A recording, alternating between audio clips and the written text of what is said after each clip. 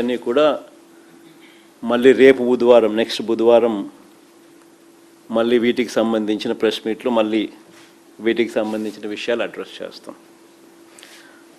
ఇంకా డిఎస్సికి సంబంధించి ఈరోజు మొదటిది సబ్జెక్టు లోకేష్ అనే వ్యక్తి ఎందుకు రాజీనామా చేయాలి,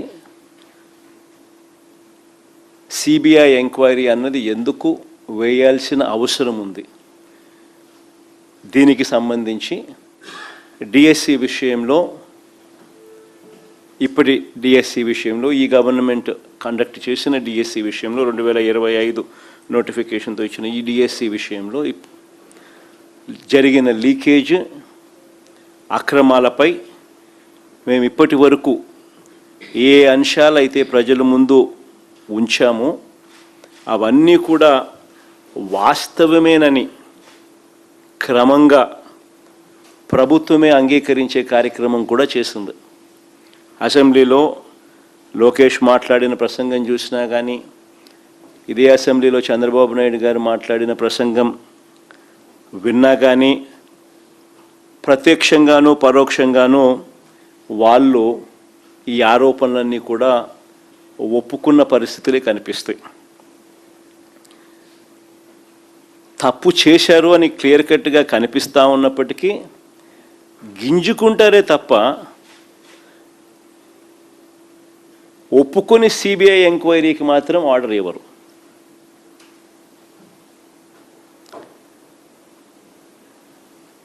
ఎలా తయారైపోయిందని అంటే, అసెంబ్లీ ప్రతిపక్ష పార్టీ అయిన ఉన్న ఏకైక ప్రతిపక్ష పార్టీ మేము. మాకు ప్రతిపక్ష పార్టీ కింద మమ్మల్ని యాక్సెప్ట్ చేస్తే మాకు ప్రతిపక్ష హోదా ఇవ్వాల్సి వస్తుంది. సో ఆ ప్రతిపక్ష నాయకుడు ఆ ప్రతిపక్ష పార్టీకి ఎంతమంది అన్నా ఎమ్మెల్యేలు ఉండని, ఆ ప్రతిపక్షానికి ఒక ప్రతిపక్షం అన్నది యాక్సెప్ట్ చేస్తే ఆ ప్రతిపక్షానికి ఒక నాయకుడు వస్తాడు. ఆ నాయకుడికి యాక్సెప్ట్ చేస్తే, ప్రతిపక్షం అన్న పార్టీ కింద యాక్సెప్ట్ చేస్తే ఆ ప్రతిపక్ష పార్టీ నాయకుడిని కూడా యాక్సెప్ట్ చేయాలి. నాయకుడిగా ప్రతిపక్ష పార్టీ నాయకుడిగా యాక్సెప్ట్ చేస్తే సభా సమయంలో సభా అధ్యక్షుడు చంద్రబాబు నాయుడు గారికి ఏ రకమైన టైం ఇస్తారో అదే టైము ప్రతిపక్ష నాయకుడు కూడా ఇవ్వాల్సి వస్తుంది. కాబట్టి అది ఇవ్వకూడదు అని చెప్పి వీళ్ళు సభ నడుపుతూ ఉన్నారు, ప్రతిపక్షాన్నే అక్నాలెడ్జ్ చేయకుండా. ఇలాంటి పరిస్థితులు అసెంబ్లీలో ఎలా జరుగుతూ ఉందంటే, ప్రత్యర్థి జట్టు లేని చోట బౌలింగు ఫీల్డింగ్ కూడా లేకుండా తండ్రి కొడుకులు ఇద్దరు మాత్రమే బ్యాటింగ్ చేస్తూ ఉన్నారు. బ్యాటింగ్ చేసి వీళ్ళందరికీలే బ్రహ్మాండంగా బ్యాటింగ్ చేసినామని వీళ్ళందరికీలే కితాబిచ్చుకుంటా ఉన్నారు.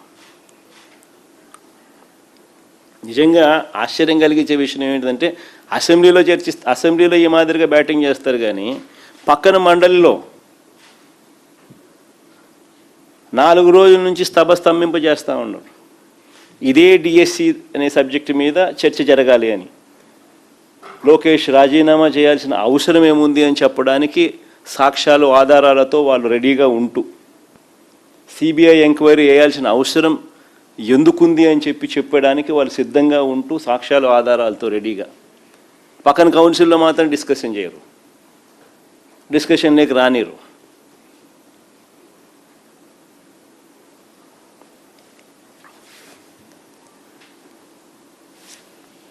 కౌన్సిల్లో ఎందుకు వీళ్ళు ఒప్పుకోరు చర్చ జరగడానికి అని అంటే, దానికి కారణం తప్పులు జరిగాయి కాబట్టి. అది ఎక్కడ సాక్ష్యాలు ఆధారాలతో సహా బయటపెట్టే పరిస్థితి కనిపిస్తుందేమో అని చెప్పి సిబిఐ